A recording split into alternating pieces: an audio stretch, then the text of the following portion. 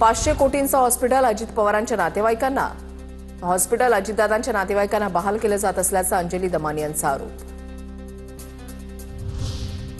मुंडवा जमीन गैरव्यवहार मोठ्या समितीचा अहवाल आज सादर करण्यात येणार। पार्थ पवारांच्या मीडिया कंपनीनं सरकारची जमीन घेतली होती। अहवाल सादर केल्यानंतर यामध्ये दोषी कोण हे समोर येणार।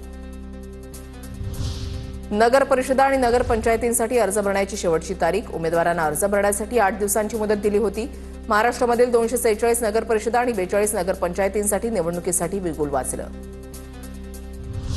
नगरपालिका नगरपंचायत निवडणुकीच्या आरक्षणावरून सुप्रीम कोर्टात आज सुनावणी। निवडणुकीमध्ये 50% आरक्षणाचं उल्लंघन झाल्याचा याचिकेमध्ये उल्लेख।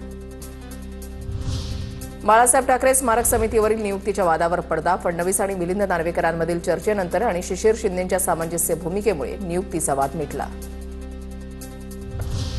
हिंदू हृदय सम्राट बाळासाहेब ठाकरे यांचा आज 13वा स्मृतिदिन। बाळासाहेबांच्या स्मृतीस्थळावर अभिवादन करण्यासाठी शिवसैनिकांची हजेरी। राज ठाकरेही स्मृतीस्थळावर अभिवादन करणार।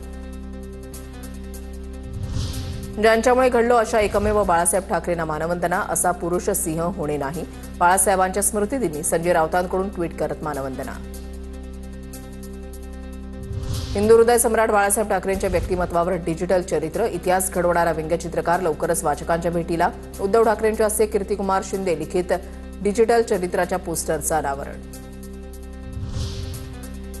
मीरा भाईंदरमधील हिंदू हृदय सम्राट बाळासाहेब ठाकरे यांच्या कलादालनाचं उपमुख्यमंत्री शिंदेंच्या हस्ते आज लोकार्पण। कलादालन आजपासून नागरिकांसाठी खुलं होणार।